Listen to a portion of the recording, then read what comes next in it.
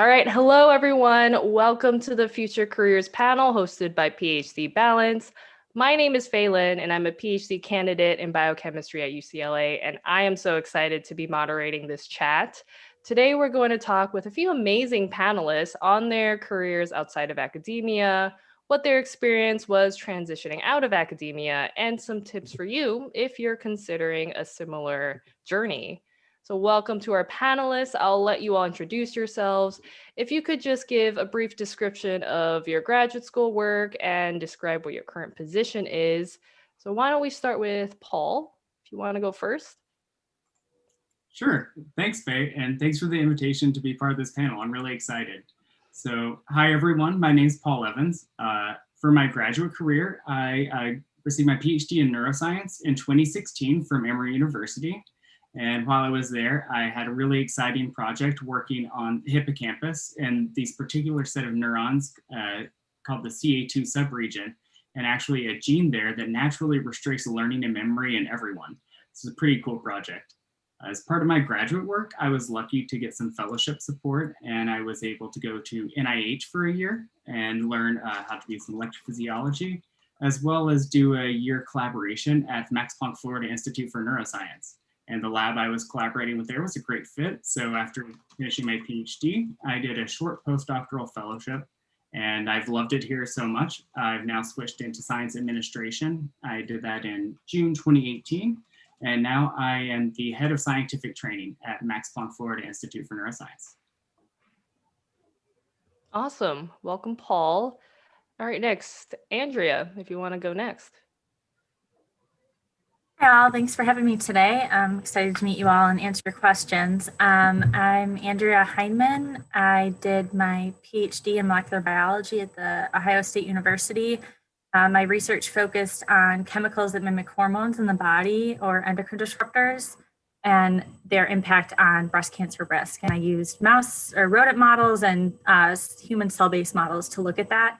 I did a short postdoc. I asked Paul how long his short postdoc was. Mine was 1.5 years. And that was more of my attempt to transition to more applied toxicology and exposure science and biomonitoring. And now I'm in a science policy position with the American Association for the Advancement of Science, supporting the Department of Defense in chemical materials risk management. Awesome. Camillia, you want to go next? Hi, thank you for having me. So I got my PhD at Stony Brook University. I got my PhD in neuroscience in 2019. And while I was there, I was looking at a neuronal repressor complex called REST and how it develops and neurogenesis begins in zebrafish. And so looking at the different components of the REST complex and how the different components either accelerate or inhibit the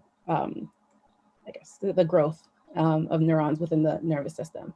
And so after I graduated in 2019, I was exploring my different options, and then I became a medical writer in the end of last year. So I guess we'll get through the whole process of transitioning outside of academia. And so now I'm a medical writer at 21 grams. Awesome. And Amanda. Hi, thanks for having me. My name is Amanda Preske.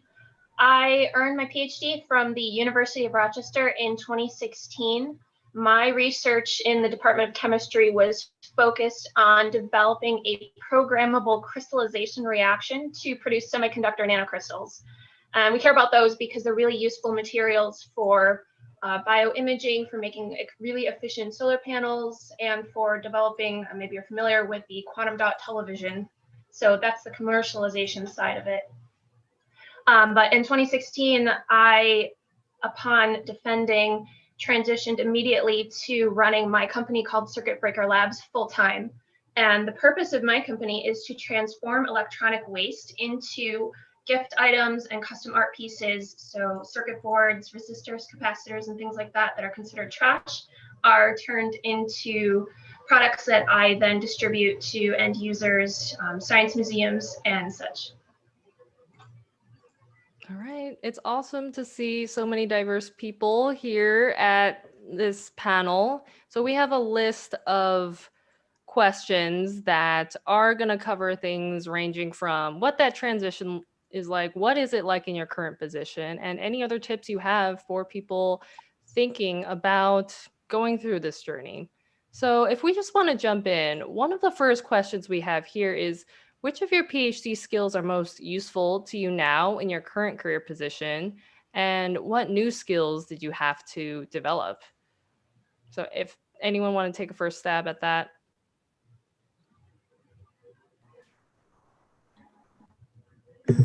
I guess I can start. So most important is critical thinking skills, just being able to rely on my scientific expertise to inform, in my case, science policy. Able to look at studies and understand, in my case, how chemicals impact human health and what types of policies we need to do and the underlying science for critical effects.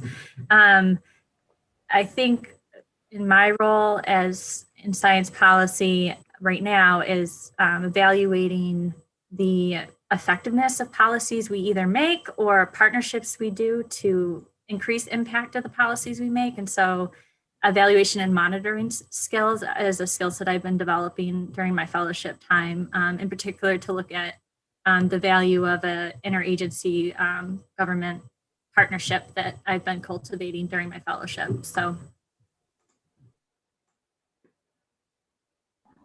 Okay. The skills that I would say were the most useful for me to transfer to my career now would be being able to take in a lot of information, be it scientific papers or information at conferences, and also being able to relay that. So being able to effectively communicate, be it in your writing or oral presentations, which grad students do a lot of, whether it be presentations or poster presentations. And also just being able to, I guess, effectively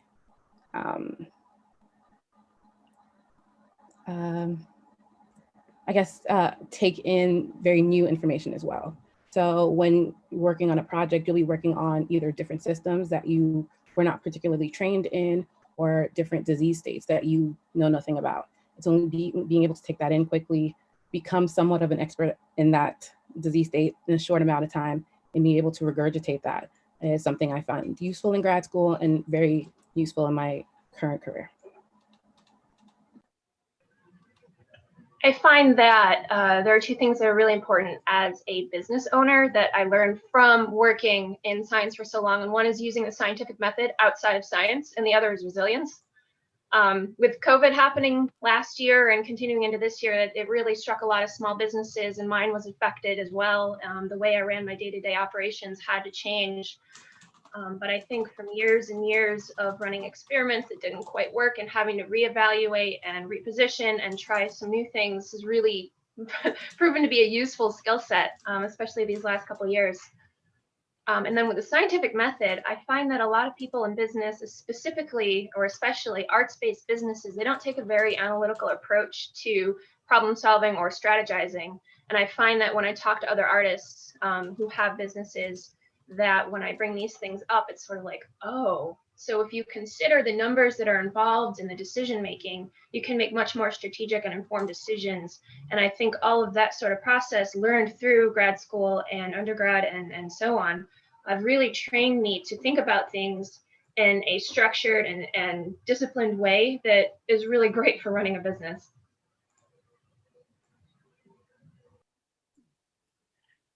And I guess for me, to finish it out, what I thought was most transferable for my PhD is probably an amalgamation of what the other panelists have said, which is the ability to take in lots of different types of science. I always enjoyed going to meetings and hearing the latest talks of what was hot and checking out new posters that were different from what I did. And now in my job where I manage our operations administration of our training programs, I need to be able to give people mentorship and feedback on a bunch of different projects that weren't just my type of science. So it's the ability to take in all that information and critically think about it. Some other things that were really important for my PhD were the extra things I did. So not just what I was doing in the lab, but I was involved in leadership at the university and also did some outside event organization for some conferences. So learning how to manage my time and also how to organize schedules and those types of things really has come in handy. If you can throw a good mixer, you can do a lot of things in life. But I would say the new things I've had to pick up since moving over this position are how to structure a budget and how to work with numbers. Of course, it was always pixels or whatever value in a spreadsheet. So it's not entirely different, but just actually be in the process and also say no. I think that's something I've had to learn more and more of, is how to draw the line of what is feasible to do to make sure you do a good job at everything. Yes, I'll echo that. Setting boundaries. Boundaries are so important. As someone who is active in mental health advocacy, yes, boundaries are so important. All right, amazing. So this next question, I think a lot of grad students are curious about. It says, how supportive was your graduate advisor of your career choice? I'll start this one off. My advisor was supportive of the idea that I did not want to pursue a career in academia, but his statement to me was more so like, this is great, but this is the path. This is the path I took, and this is the only one I know how to help you with. So he was comfortable helping me if I wanted to get a postdoc, but did not know how to position me if I wanted to go into the track of communication or science communication. So it kind of felt like, I support your decision to veer off this path, but this is as far as I can help you. So it was, I understood that because that is what his expertise was in, but I never felt, I didn't feel not supported by my advisor, I guess was my path.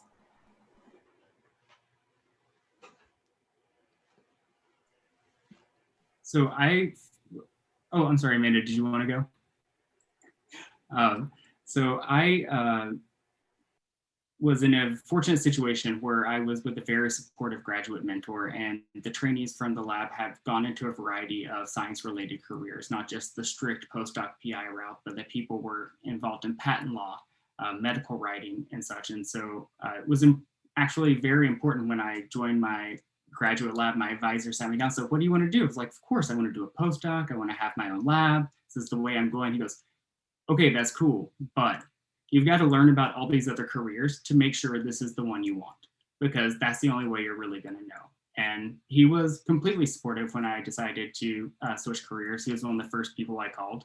And one of the motivations for me switching careers was having undergraduate student debt and loans to pay back that kicked in during grad school and postdoc, which was something I wished wouldn't be a consideration of my happiness in my career, but ended up being. And it was nice that my advisor supported me for my personal situation too.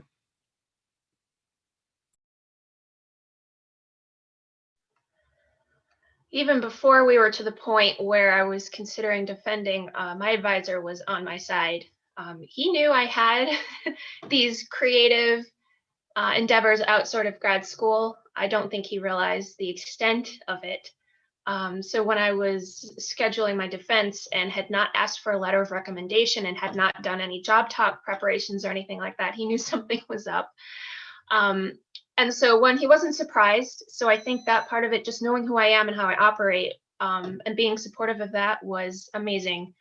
And so it was real fun when I officially announced that I was going to be running Circuit Breaker Labs as my career.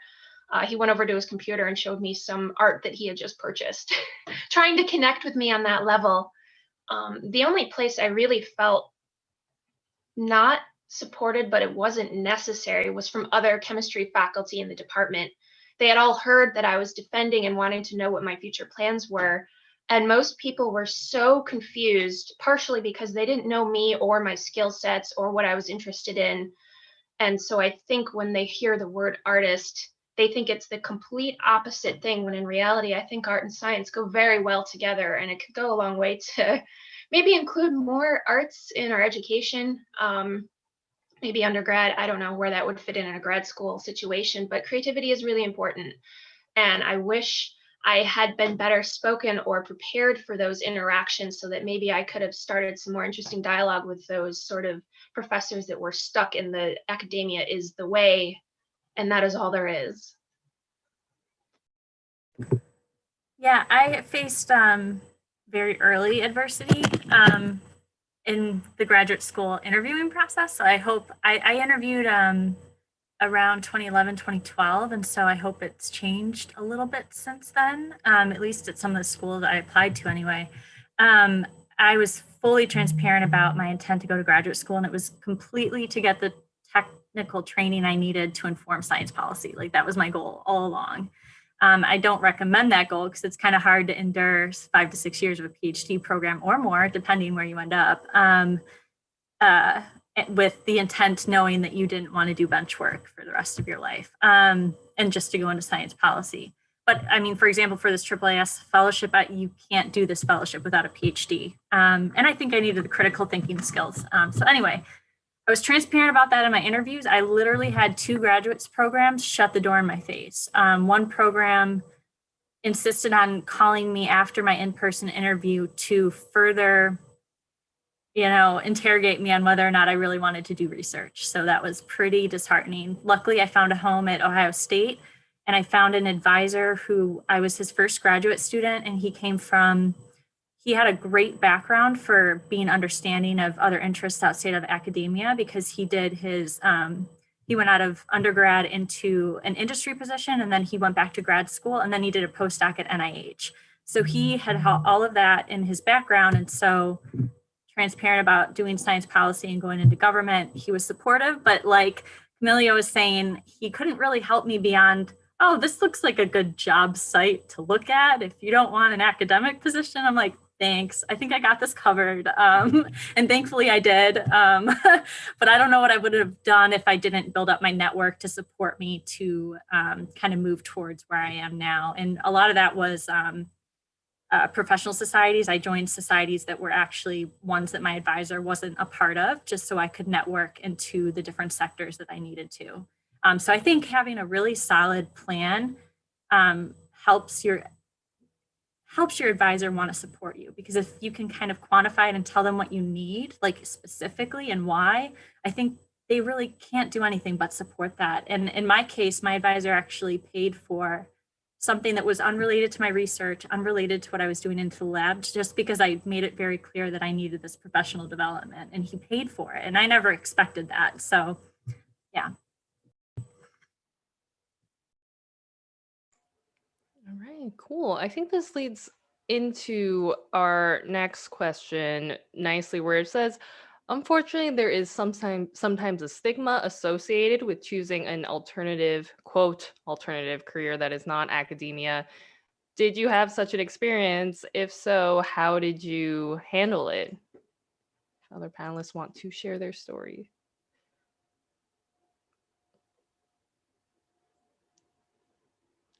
I mean, tying into what Andrea said, I think if you fully understand, and this part, reaching this part is hard, understanding what you want and what you want to do. If you can get to that point, you can articulate why you're there and why you have the skills to do it. So I feel like if you're to that point, you can tell people why you're doing what you're doing and maybe help fight back some of that stigmatism, but some people will not, will not hear you out. And I can see that being especially more difficult if maybe you don't know what you want to do. So I think in the middle of my PhD process, I wasn't quite ready. I wasn't considering my business as a full-time career option. So I was considering other research-based jobs. I knew I didn't want to do academia. I had worked as an analytical chemist at Xerox in several different positions. So I had a working understanding of what it would be like in an industry setting, and I thought that's where I would end up.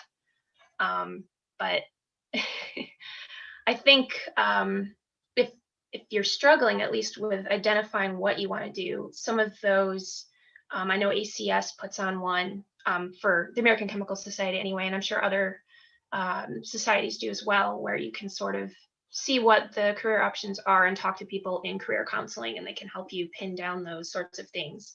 But I imagine someone in that position who has interacted with so many other people with different backgrounds and going into different careers would also be able to help you maybe pin down those bits about yourself that you can't quite figure out or articulate yet. I would like to echo with what Amanda just said. I think the stigma or the pressure that the internal pressure maybe, and also the stigma comes with not knowing what you want to do while you're progressing through grad school. And the problem I find in grad school is that there aren't too many resources available, or you're not aware of the resources that might be available to help you figure that out.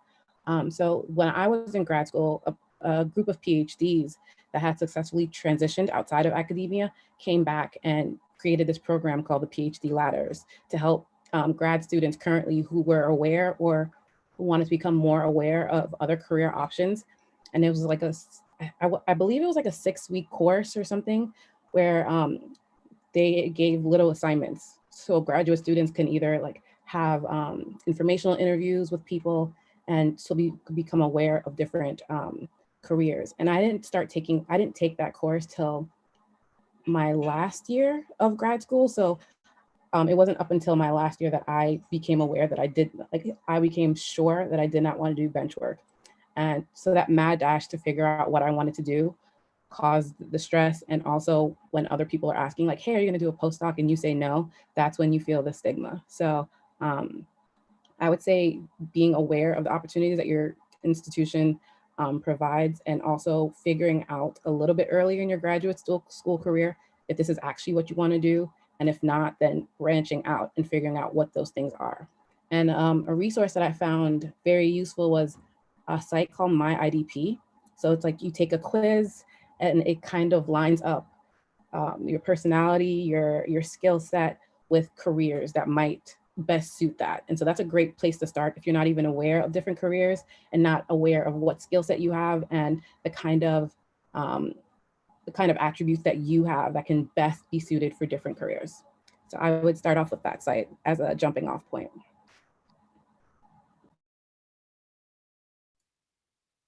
So in terms of stigma about, I guess, transitioning away from the bench and being in a career in science administration, where I'm in the education outreach sector, and I'm at the same institute that I postdoced at, I think some people just had a slight misconception that, oh, he must have gotten in a fight with his advisor. That's why he switched to a different type of position and isn't a postdoc anymore, which couldn't be further from the truth, because I love my postdoc advisor, and that was one of the hardest choices, was not working with him every day. Actually made me really sad to think about. But now we work together all the time on different projects, so it's lots of fun. But I think the only other time I encountered any stigma, which no one meant anything bad by it, was we were planning a course for our PhD students, and one of the faculty had mentioned, who didn't know me, they were from another institute, and they were like, wow, for an administrator, you sound like you know something about a microscope. And it was like, I worked around them for a couple of years, but smile. Yeah, I'm going to be organizing the whole course. Thank you. But in general, I don't think anyone really means any ill will towards it. They're just making little offhanded comments, at least in my experience. I guess the only little story I'll share is my advisor had a colleague who ended up being a scientist that demonstrates products for a biotech company. And they went to grad school together. And I was telling him, oh, I think it's so cool he does this. And, he gets to balance his family and work life the way he does, because the guy told me about that. And my advisor was like, oh, well, he's just jealous of me still. And I was just like, I don't know if everyone wants to be an academic professor, but okay. But yeah, I mean, I think everyone covered it, and I shared my story. I will add a couple tools. The career IDP tool that Camillia just said is great. There's two other ones that come to mind. Imagine PhD and Versatile PhD are also similar tools that you can use to explore career paths. So maybe try them out and see which one you like better. And then I think the point someone said something about fighting back against that stigma. And I think, we said it's realizing what you really want to do. And so I encourage you to make a little bit of space. I know it's hard because it feels really demanding to be in your PhD program trying to do your research every day. You really need to find a little bit of time, if you can, to really hone in on what you care about and how you're going to get there. And for me, that was doing, like Paul said, I did some student government to position myself for a policy kind of type career. And then informational interviews, like Camillia said, like do them now. I'm doing them now to network within the government, to get feelers out for positions and stuff. But that also really helps you realize what you like and what you don't like by asking people how they got where they are. So I would just kind of emphasize that. Awesome. So on the vein of prepping for the transition, or what experience was helpful for the transition, did you do a postdoc or fellowship program to prepare you for your current position? If you did or did not complete a postdoc, how do you think that influenced your candidacy for your career? So I'll jump in to answer Andrea's question first. What is the short postdoc? My short postdoc was also 1.5 years, so woohoo. My postdoc training was helpful and picking up skills that are important for this position. While I was in my postdoc, I got the opportunity to work with my PI in a lot of imaging courses. So I did about 3 of those with him. So seeing the whole aspect of how different imaging techniques work, making connections with the industry vendors, as well as learning how to organize, how the schedule should be organized, how much time you need for each thing, now allows me to design training courses from having that experience of what it's actually like to be the person at the microscope during the course. As well as I did a little bit of conference organization, a small mini conference that became really helpful now in organizing a conference put on by our institute, as well as just more networking. That was nice. I don't think that any of the particular papers I published during that time were critical in getting my position, but it did put me in the right place at the right time for this transition to administration. I'll share. I did a 1.5 year postdoc. It was an interesting postdoc. It gave me exposure to a different sector. So it was actually a very unique position where it was shared between a nonprofit organization and an academic university. I actually did not have a good experience. And so I was really unhappy there. But I learned a lot. So I tried to take from it what I could, and I took a lot from it. Yeah, that's kind of, it just gave me a good experience from the nonprofit side of things. So I did not do a postdoc, and I don't think it was critical for me to get the position that I did get, but I did need some hands-on experience. So as I mentioned previously, I didn't start figuring out what I wanted to do or the avenue I wanted to go down until my last year of graduate school. And once I finally figured that out, with a lot of help from Free the PhD, which I should mention, in my last year, I was somehow convinced that I'm the one that needed to figure out my path, and it was up to me to figure out what it is that I liked and to narrow it down. And I realized now in hindsight that you should utilize all of the resources that you can and not think that a lot of it is incumbent on you to figure out. And so I didn't come to Free the PhD till a little bit later in grad school, around the time that I was starting to write my thesis, my dissertation. And so I was juggling a lot at the time, and I didn't fully commit. But once I actually fully committed to Free the PhD, which is a site that helps graduate students figure out their career paths, and also help you hone the skills that you would need to further be successful in that path. So once I figured out what I wanted to do with the help of Free the PhD, and I started going on interviews for medical writer, or communication, science communication, a lot of the feedback I was getting was that I didn't have any hands-on experience, even though I had taken a couple courses in grad school for writing and communicating. They wanted hands-on experience.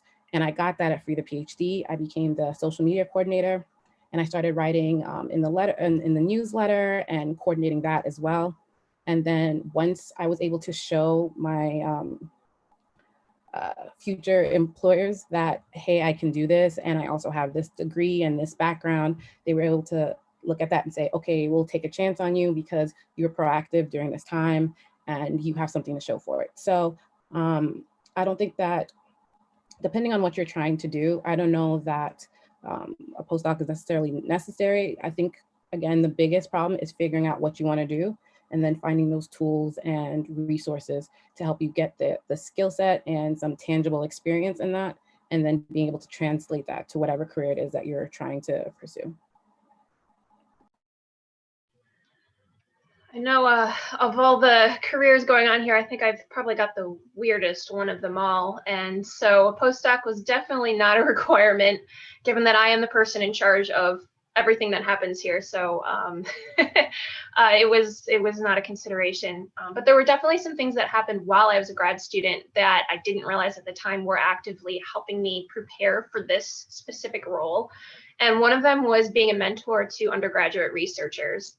So what I did during my term was help, I think, 3 or 4 students for semester or year-long projects tangential to what I was doing. So I was acting in a mentorship sort of position. And what I realized is that those sorts of interactions play out very well for learning how to communicate with people on things where you are the absolute expert.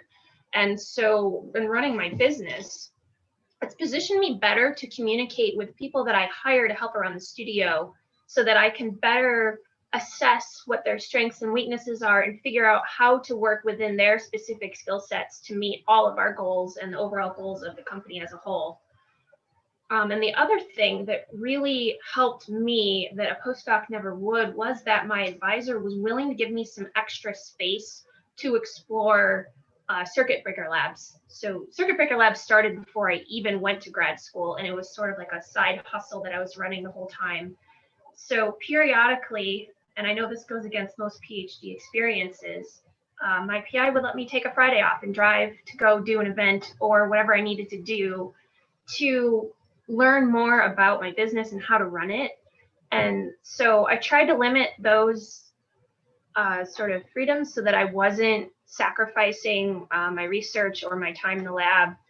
But what this did over the 5 years of my program is that I gradually learned more and more about myself and my business and how to manage those two separately. But it also gave me an idea and some time to play around with the business as a career option. Of course, I didn't realize that's what I was doing at the time, but now I know that if I had been more intentional about how I was spending my extracurricular time, maybe I would have taken more business classes or other things like that to sort of feel out what these other options were like. And if I could add to my answer, because I kind of blanked, which is why I was so short. Like I said, my postdoc, it added value in a way that, like, it was in this nonprofit. And so when I came to DOD and chose this position, it was very valuable because they wanted that perspective. And it was a little bit unique to have that additional sector experience. And as far as, oh yeah, and then using my professional society to help make that transition. So networking, and I actually found the postdoc through the professional society that I was a part of. And yeah, I guess the other thing too is on the side, like similar what Paul said, I knew I wanted this policy position. So I did a lot of student government.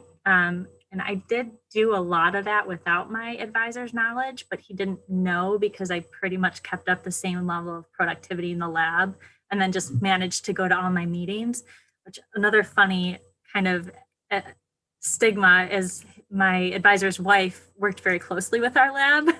And so she was kind of like a secondary advisor. And she said to me when I got an award related to my government work, she was like, "Oh, Andrea, congratulations for getting an award that no advisor wants their student to get." So there's stuff like that that happens. So there you go. Just stay true to what you care about.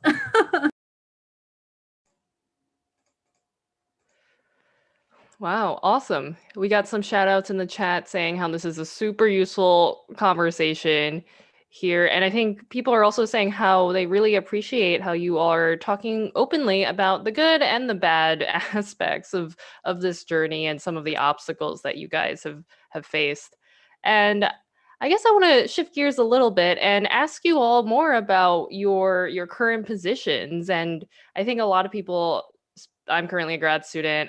I think one of the things that comes to mind is I don't really know what jobs are out there that are outside of research. So one of the questions that we have listed here says, what does your day-to-day look like in your current position?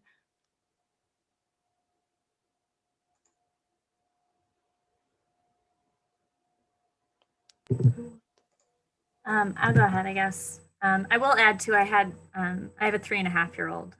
So I had him at the end of grad school in my postdoc. So there's that.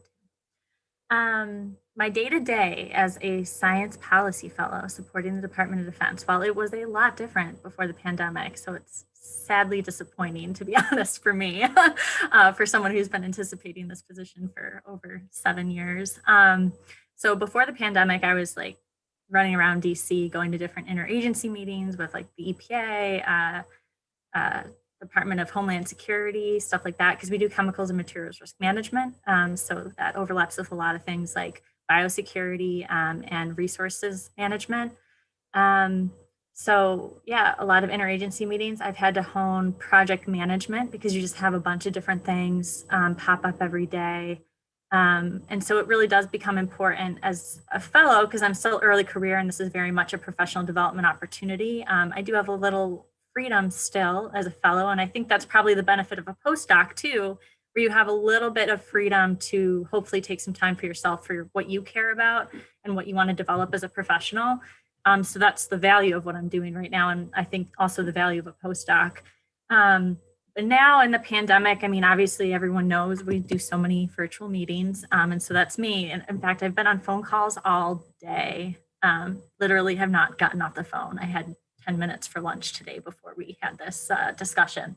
So it's a lot of partnership building, a lot of building trust, a lot of learning the language of different stakeholders. And so you just have to have this frequent communication with all your stakeholders. And so that means a lot of meetings. That means a lot of notes that I'm looking through to figure out how I need to change a PowerPoint presentation that I presented to a government agency official, now to a military department.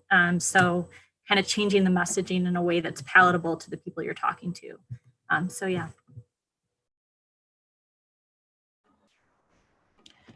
I remember when I was in grad school and I was having a conversation with one of my friends, and I was saying, I wish there were a job where I could just make presentations, read papers, go to conferences, possibly give a couple talks here and there, and like that would be it.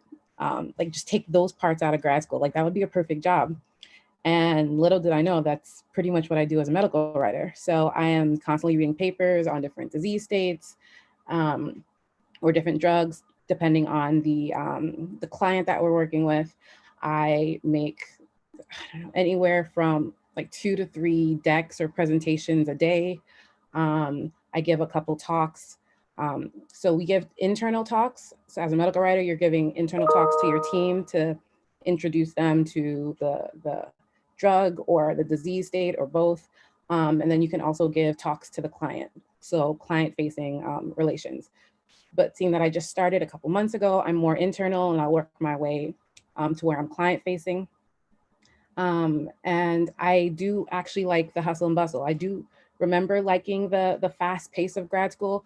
I wanted it to be fast paced Monday through Friday, not 7 days a week. And so that's pretty much my job. On average, I do have a standard 9 to 6 kind of hours, but depending on the deadline, what the client needs, how fast the drug rollout is or whatever, sometimes you'll go over. But on average, I do have time. I do have a set time where I can clock in and clock out, and the work pretty much stays within the work week. And those are pretty much my only requirements. I'm like, I can do fast paced, but 5 days a week. I do not want to be on call on the weekends. I don't want to be thinking about my project when I'm on vacation or feel like I'm tied down, which is one of the things I felt when I was in grad school. But again, that was also in part because you're working with live specimen, the people who work with animals felt like that. But I pretty much got the checklist things that I liked in grad school in this job that I had not even known existed while I was at grad school. Say there's a few parallels between being a grad student to being a business owner. One of them is you are controlling your day-to-day operations. You're deciding which work gets done, which experiments you do. There are some sort of hard things outside of that, like presentations and group based things, which I don't have as a business owner, but generally I am in charge of everything. So I am the PI, I am the researcher, I'm the undergrad, I am everything. So I have to balance all of those roles on a daily basis. And I find that I have a lot of to-do lists separated by, which kind of hat I'm wearing at which particular time. So my day-to-day is going to change based on the time of year. I'm very much influenced by various quarters. So fourth quarter being holiday sales, that's my busy season.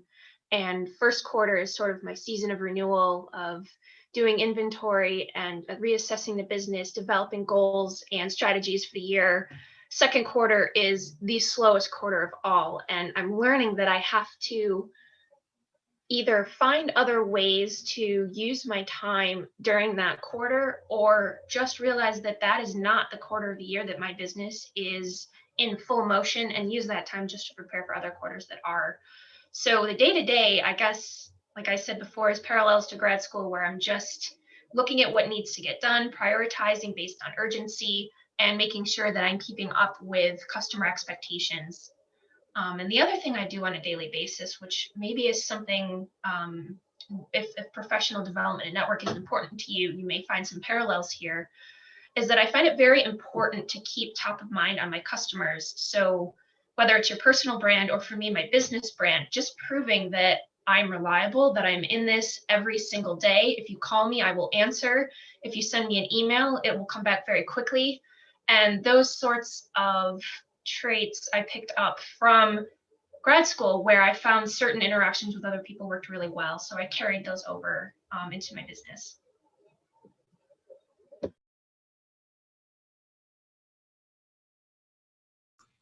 So in my role, I'm responsible for the day-to-day operations and administrations of the training programs at our institute. So postbacks, graduate students, and postdocs. And in addition, I also play a role in coordinating our scientific and training events for the whole institute. So similar to Amanda, my job is seasonal. So depending on the quarter, I'm usually managing different applications, either for a PhD program or for a postbac program. And I'm also working on doing a lot of event organization, so setting up interviews for our graduate program. And that similarly to having internal and external communications, I have to make different versions of things to communicate with the faculty, to communicate with the applicants, to communicate with the current students, and making sure everyone's coming together in the right way to make as perfect of an event as you can, especially when it's virtual and you're trying it out for the first time. So my job before the pandemic was always in the office with a revolving door of trainees coming in to chat, talk about different things, which is one of my favorite parts of the job, is having that type of interaction. But aside from that, it's a lot of event planning, structuring things on a larger timescale out than I was used to in my PhD. I thought, planning experiments 2 or 3 months in advance, this is hardcore organization. And now I'm working on 2023 right now. So, that's been very different. I'd say the one thing I have to get used to is whenever there's downtime between meetings, things like that, it is very fast paced. So it's getting those little replies back in emails and things like that makes a big difference, but it is kind of a full packed day instead of hurrying up to wait, as we would say sometimes the biochemical experiments go.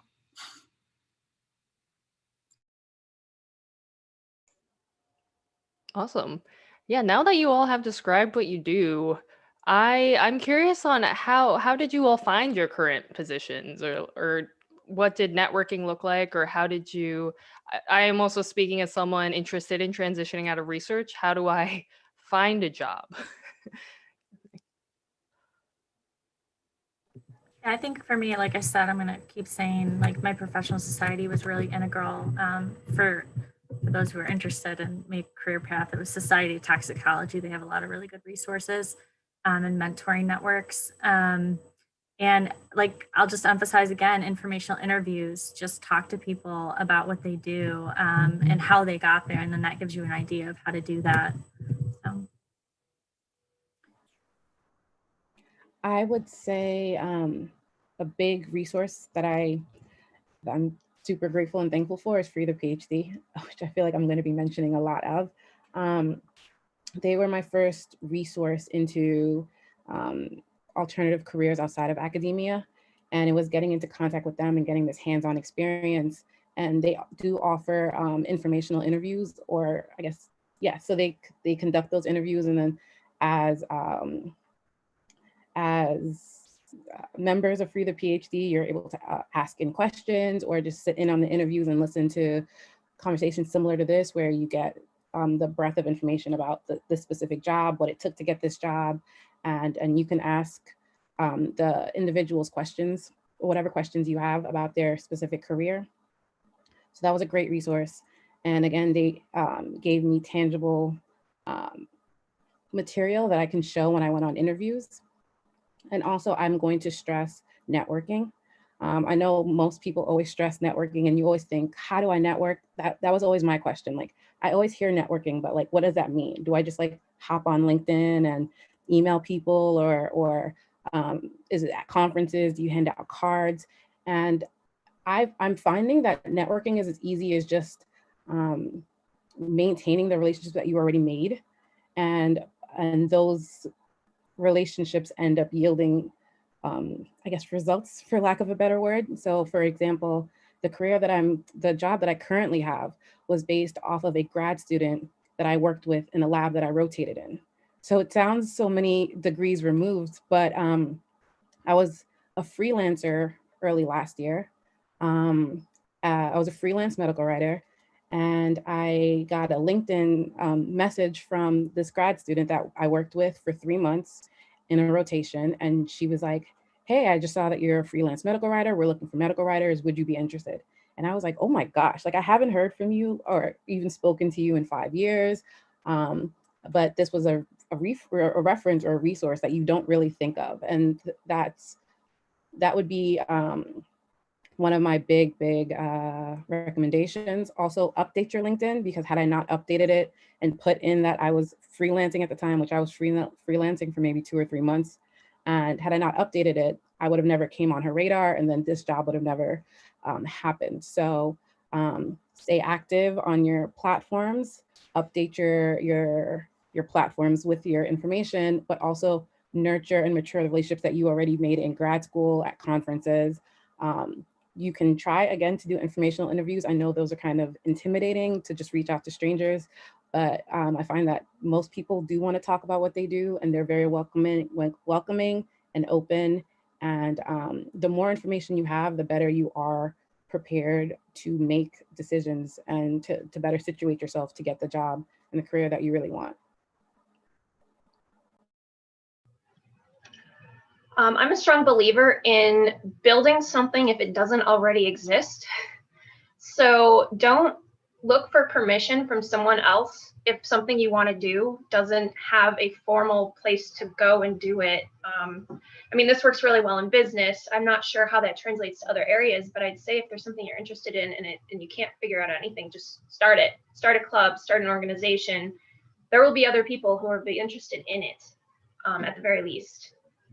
From a business standpoint, and from my background of growing my business out of small arts-based communities, my mentorship network bubble is very not overlapped at all with my PhD network. So I wish there had been more that would connect the two of them. There's one person I know that was able to connect the two of those together. So she was a really valuable person to me because she was able to understand what I was doing, understand the headspace I was in and why I wanted to do what I wanted to do. And she had a PhD and an arts business and was still working in academia and selling the work that she created. So it was amazing having sort of an existing archetype to look at and be like, okay, this is possible. And if you can't find it even that close to home, I don't see why you couldn't find it in other departments. This woman happened to be in the chemistry department, but her area of expertise had nothing to do with mine. So we couldn't even talk chemistry to each other because what we were doing was so vastly different. So I'd encourage others, if you're looking at possibilities, there's nothing that says if you're in chemistry, you can't go talk to biologists. So don't put up walls around yourself that are superficial.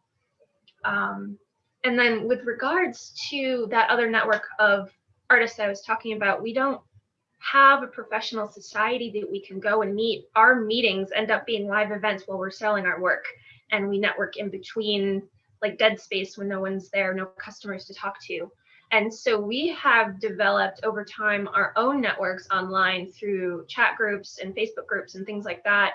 And those sorts of networking opportunities, they're not traditional like they are in the sciences where there's conferences and meetings and ways to interact with people. You have to be more willing to go outside of what's normal and do something different. Look for networking opportunities in places where you're not used to finding them. And then specifically related to business, if you're even remotely interested in business, whether it's related or not to your PhD, I strongly recommend getting in touch with a national organization called SCORE. It's organized by Small Business Administration. It's run mostly by retirees and volunteers. And what they can do is just give you information, talk about your ideas, talk about what's possible, give you a starting point. So if you've got an inclination that you're interested in something, that's a good place to start.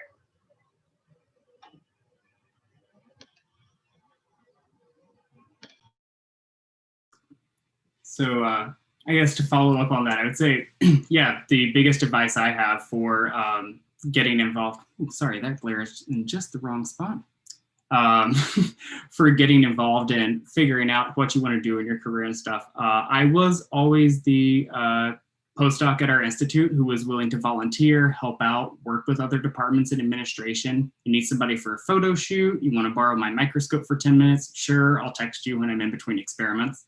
So just being a positive person and willing to put yourself out there just to see if interacting with a different group of people or trying something different. And half the things I did, people said would never benefit me later in life. Like, why are you just TAing for another imaging course? You've already done one and put it on your CV. It's like, well, it's actually kind of fun. You know, it's the only time you get stress-free, goofy experiments you never do otherwise because we got things to do and we're broke. And so, yeah, if you just put yourself out there in a positive way and you're your genuine self without trying to impress people, I find that that's always well received, positivity and genuineness. I think I'll just add too is like this comes back around to us articulating really strongly what we care about and what we want to do. Like Amanda said, finding that niche of importance and communicating that in a way that makes it matter to other people. For me, I guess I could tell you exactly how I found out about the AAAS fellowship is it was actually during my interview at Ohio State for grad school. One of the senior grad students who was part of the graduate student organization, I was just telling him what I was interested in, and we happened to have the same interest. And so he knew about this policy fellowship that I did not know of. And literally from that day that he told me about that fellowship, I was like, I'm going to get that fellowship. How am I going to get it? And luckily he became kind of like a mentor to me where he told me, okay, do student government, do this, get all this on your CV.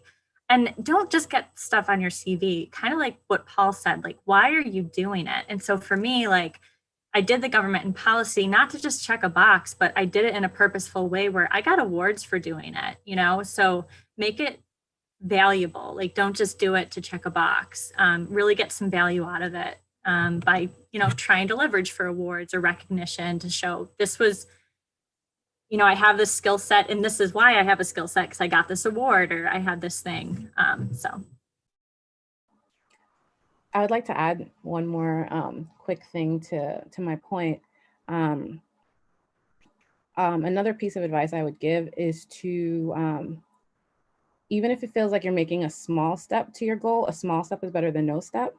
And so the job that I had officially applied for was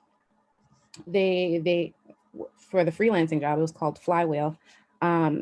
They didn't think I had enough experience, again, for the job, but they liked me so much at the interview that they offered me an internship.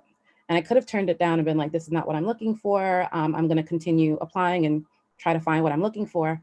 But I appreciated the fact that they wanted to give me a chance. And I knew that whatever I was learning at this internship, it was also a paid internship, but whatever I was learning at this internship would be valuable to me when I wanted to become a medical writer, because I would be getting experience here, which is the feedback I was getting at all my other interviews. So I took the internship, and I did so well at the internship that they offered me the freelance position. So I took that, still applying to other jobs because I wanted a regular full-time job. But all this to say that even if you're offered something that you think, I don't know, I want this specific thing, just end up thinking, is this job that I'm taking going to get me like a little bit closer to the thing that I want? Or is this going to fill out a requirement for the thing that I want? And the thing that I needed was experience.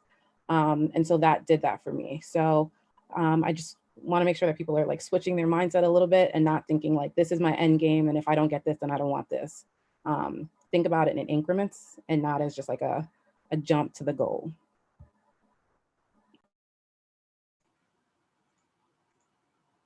Right, awesome. We have one question submitted in the chat, which asks, how do you advertise the transferable skills you developed during your PhD to employers so that they don't see you as an inexperienced student? So how do you talk to employers as a PhD, coming out of PhD, trying to look for a job?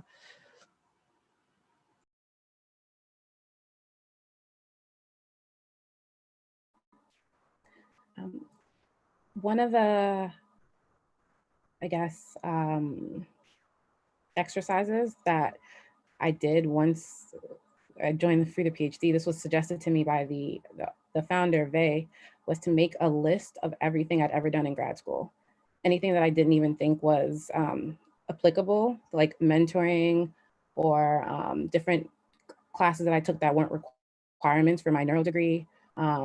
Anything I did on the side, just write them down. And then I would write what I learned from those experiences. And then just doing that, you get so many transferable skills. So again, mentoring, you learn how to be a leader, how to express yourself, how to communicate, how to train. And so just seeing all that on paper makes it so much easier for you to then relay that to someone who is interviewing you. Like you're like, yes, I did this, and this doesn't quite, this wasn't an official title but doing this gave me this experience. And so I can speak to all of these things. So I would say making a list of everything that you've done in grad school or even before, and writing what you've learned from that, which will give you a great jumping off point.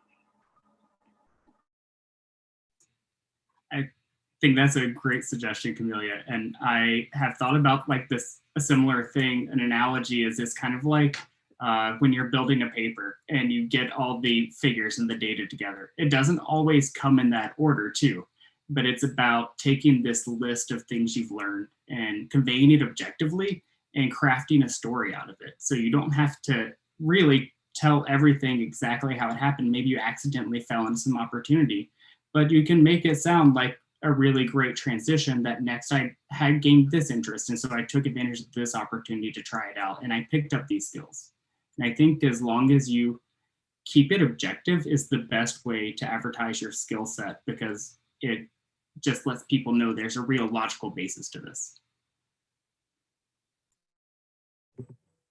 Yeah, I think Camillia really just gave the best advice, is just taking inventory of what you've done and then pulling out the skills that it took to do that, to kind of articulate that really well to whoever is looking to hire, or, you know, to show your value. You have to get really good at reframing your skill set. So for example, I did the AAAS fellowship offers a lot of professional development money. So one of the things I've used it for is career coaching. It's expensive. it's not really affordable, to be honest, if I didn't have the professional development funds. So I took advantage of it. And one of the things recently in one of the calls with him was, I did this science communication fellowship. And he was just like, oh, well, that's just like, what did you do? Like, maybe you just put that under like us showing that you're good at science communication. And what it really was, it was like formal media training, but I didn't even know how to articulate that very well until he kind of told me it didn't mean a lot. And then I was like, wait a minute, no, this is valuable. How is it valuable? I got formal media training, and that's exactly what it was. And that's really valuable. So just really trying to find the value. And I think you could do this in informational interviews. You could ask people like, I have these things, what is valuable about them, or like just try to work through it with them on like how you can talk about it better. You're not lying, you're just, being better about communicating it, so. Awesome. All right. This has been an amazing, amazing panel. And as we wrap it up, do you all have any last pieces of advice that you want to leave our audience with today?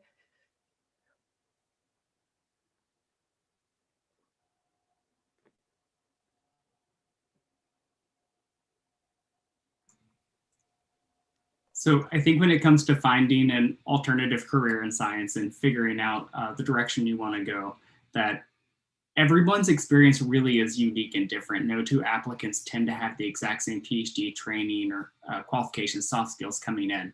So I wouldn't stress about trying to figure out what the perfect play is to get where you want to go. Like some of the other panelists have said, thinking in minor positive increments of moving yourself along is a great way to do it.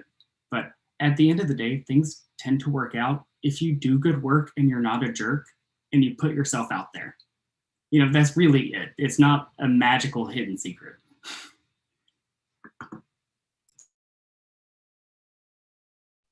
I think it's important to, as early as possible, have a really honest self-talk about what you value most out of your life, what makes you the happiest, and work backwards trying to figure out what sort of career path may help you achieve those base needs that you want out of your life.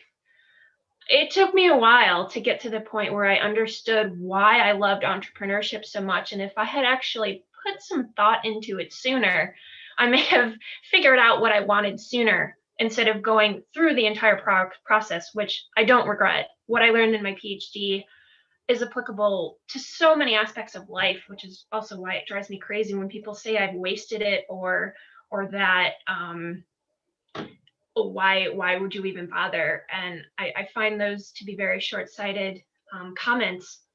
But generally, if you can maybe outside the problem, if you can't figure out what you want to do, but if you can identify characteristics of what you would like to do and then talk with your network and just keep interacting and networking with other people, you'll gather enough data points that you can start to flesh in what this is that you're looking for.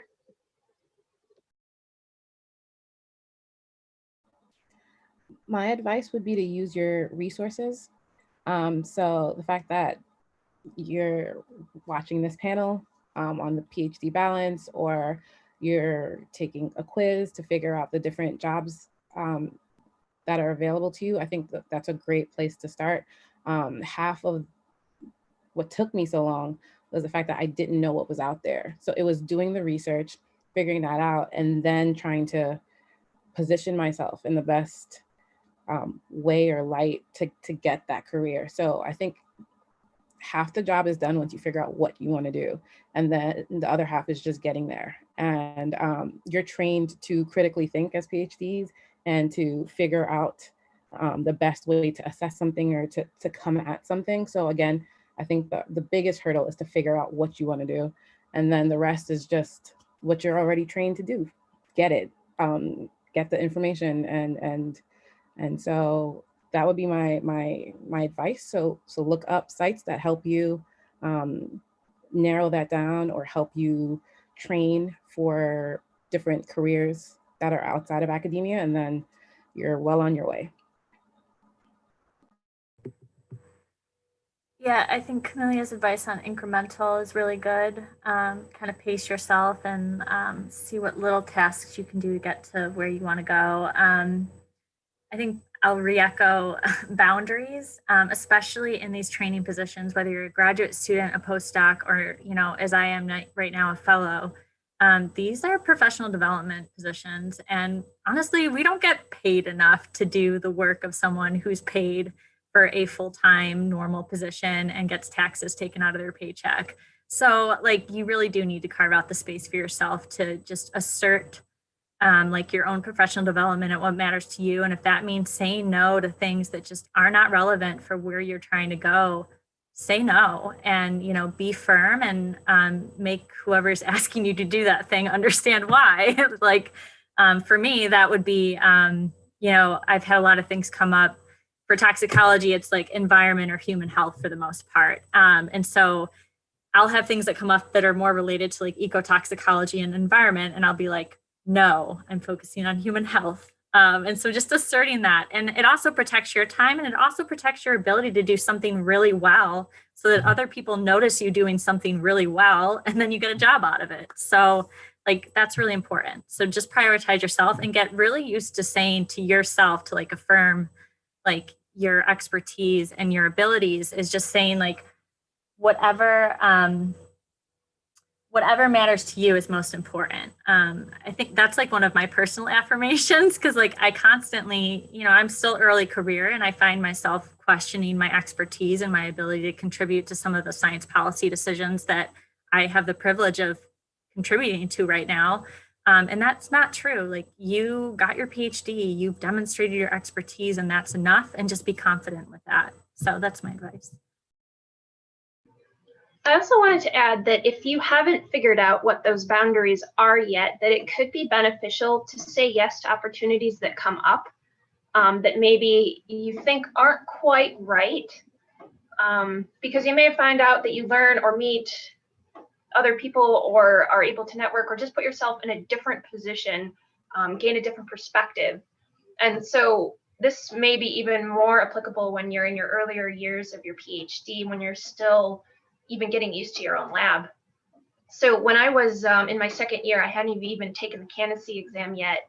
I became part of a fellowship. It's called IGER. It's Integrative Graduate Education and Research Traineeship. And it was sponsored by NSF. And the point of this traineeship was that it was a 2-year program that combined students from multiple disciplines. So I worked with people in other science disciplines. So engineering, optics, chemical engineering, and I think a few others, and then myself in chemistry. And we worked as a cohort together and took classes under the umbrella of solar energy and how you would explain it to other people.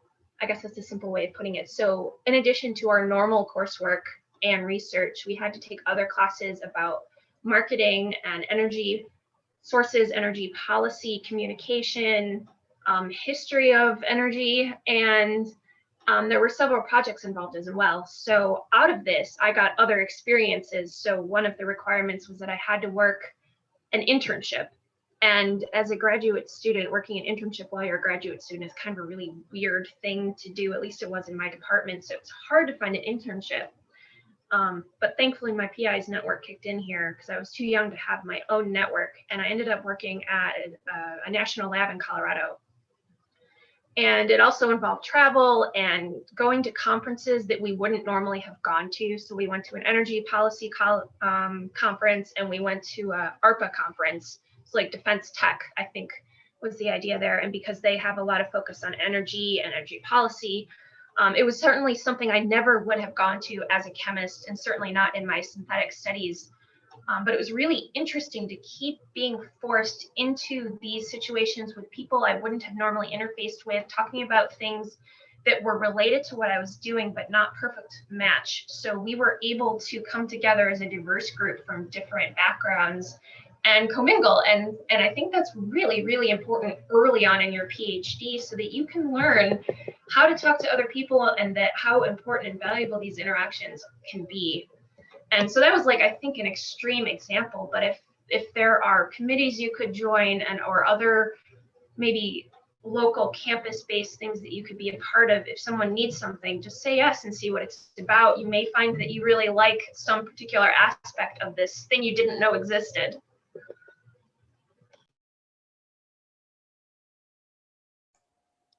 All right.